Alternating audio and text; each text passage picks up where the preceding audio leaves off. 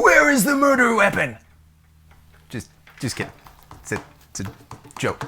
It's a joke. Come on.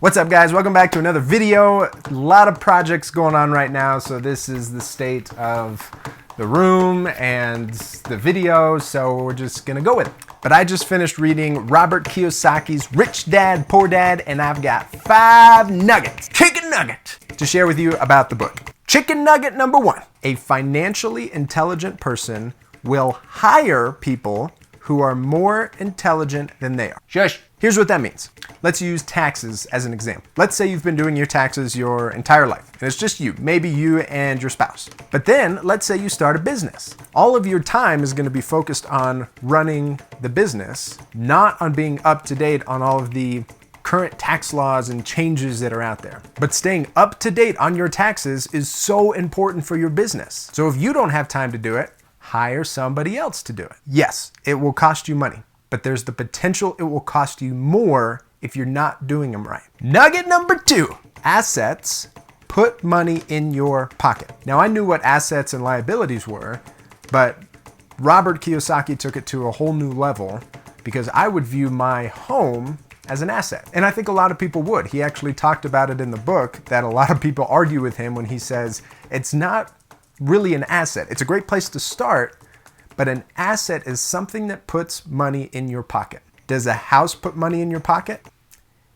Indirectly, like with appreciation, but it's not actively putting Benjamin Franklin's into your metaphorical wallet. So therefore, he argues it's not an asset. Now, what about a rental property? He would rather push you more in the direction of something that is going to directly pay you, like a rental property. Yes, you own the home, it is appreciating, but somebody is actively paying you to stay in that property. Therefore, it's an asset. So it helps me think about when I'm buying stuff, is this something that is going to actively put money in my pocket? If not, then it might not be the best investment. Now, obviously, this isn't talking about like normal stuff to live, like you need shelter, you need food, you need water, like all of that stuff aside, when we're talking about investments, that's when this nugget comes into play. Nugget number 3, and possibly my favorite, sales and marketing are the most important subjects to learn. In the book, Robert Kiyosaki was being interviewed for one of his best-selling books previous to Rich Dad, Poor Dad. I don't remember which book it was. But the journalist that was interviewing him also had a dream to be a best-selling author, so she asked him if he had any advice. And his response to her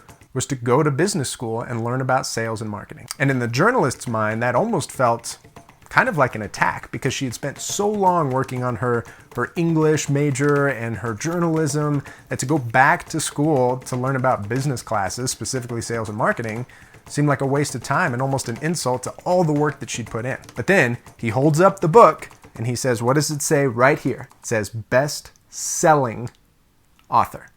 You can be the best writer in the world, but if you don't have a sense of business or how to sell yourself and sell the skills that you have, you're going to fall short. He talks about that a lot of people are one skill short of tripling their income, and it's sales and marketing because they don't know how to sell and market themselves correctly. So that was a huge wake-up call for me. Sales and marketing.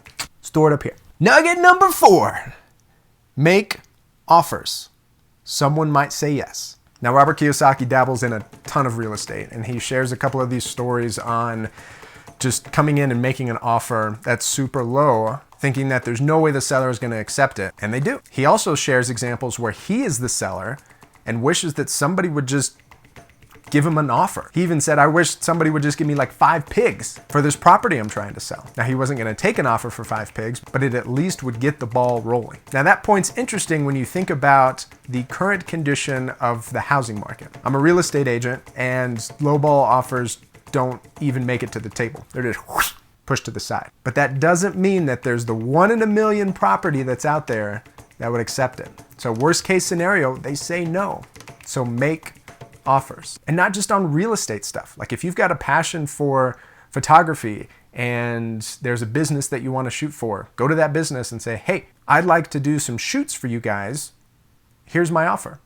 The worst they can say is no. But the best they can say is, oh my goodness, we have been looking for a photographer. Please come as soon as you can. We will pay you thousands of dollars. If that happens to you, please let me know. That would be incredible. All right, nugget number 5, and really the entire point of this book, Rich people don't work for money, their money works for them. So when you start thinking about your financial future, are you thinking of a situation in which you are having to trade your time for money? If so, Robert would put you in the poor dad category because that's what the majority of people do. The rich dad, and the minority of what people do when it comes to financial intelligence, is figure out a way to have their money work for them where they can be making money while they sleep.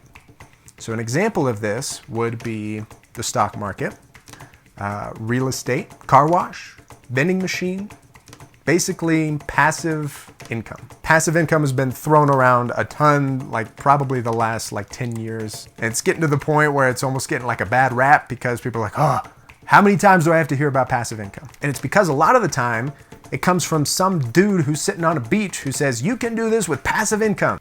Like, yes, but there's a lot that builds up to that point. And that's the key takeaway. When you're thinking about your future and what you want to invest in, is it going to be a situation in which your money is working for you or you are trading your time to earn a paycheck? So that's the end of the video.